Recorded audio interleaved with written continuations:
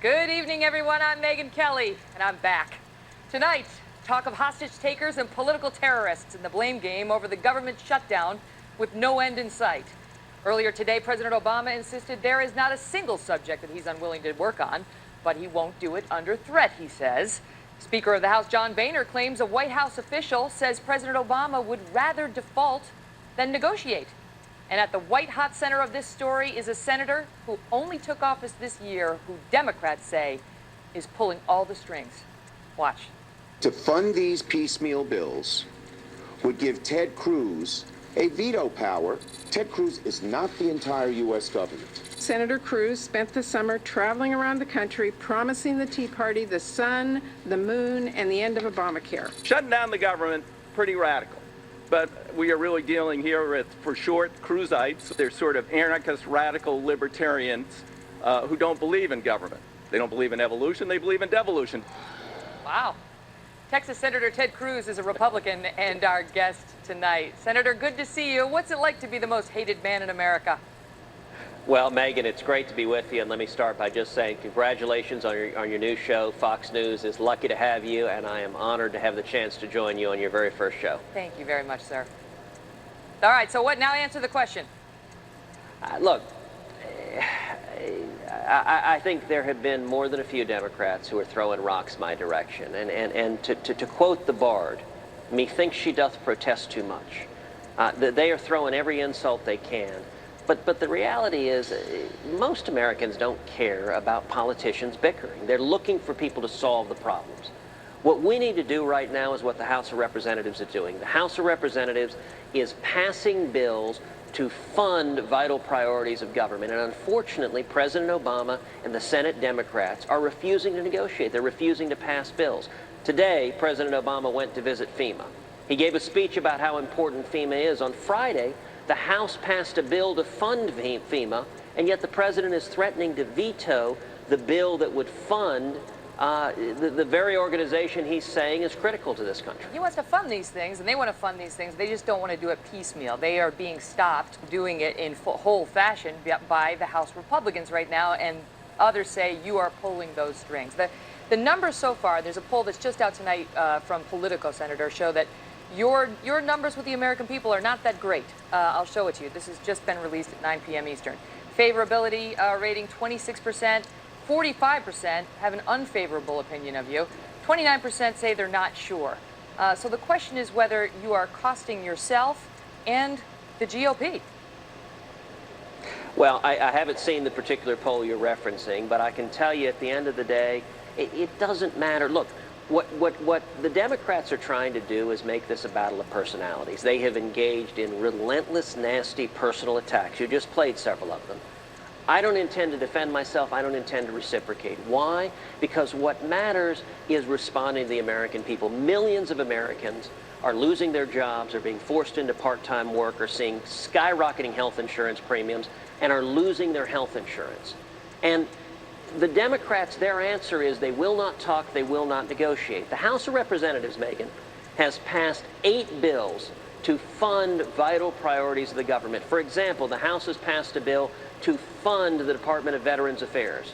And what is happening? President Obama and the Senate Democrats are blocking it. The reason the VA is largely shut down today is because Senate Democrats will not allow Congress to fund it. I think that's irresponsible. I think it's partisan, and it doesn't make sense. As you know, President Obama believes that this is on you, not on the Democrats. And he actually came out in an interview on Friday and had a little advice for you, Senator. I want to play for you.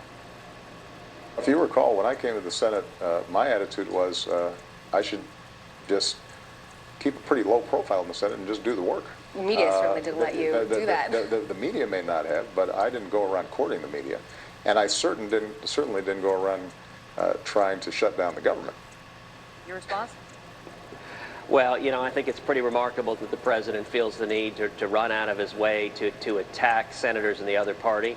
And let me say, you know, I wish he hadn't been following his own advice in the last month. I mean, the president has kept such a low profile. He has been AWOL. He has not been part of the negotiations. He's been refusing even to talk to Congress. He finally invited congressional leaders to the White House, and he sat down with them and said, "You're here because I want to tell you I'm not going to negotiate." I mean, that's not reasonable. You know, it's important to stress, Megyn, there are 8 bills the House has passed that are sitting on Harry Reid's desk in the Senate.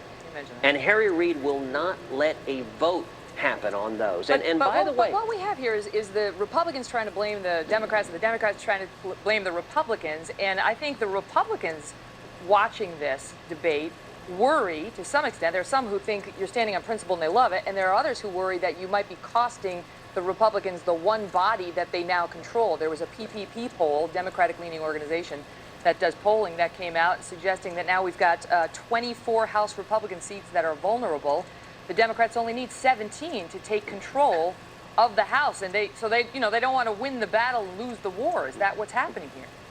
Well, let me say 2 things on that. Number one, I think the fight we're engaged in right now is the most important fight for Republicans to win politically in 2014. If you look at the past 4 elections, 2006, 2008, 2010, 2012, 3 of the last 4, 06, 08, and 12, were disasters for Republicans. And they were years in which we stayed quiet, we went along to get along, we didn't stand on principle.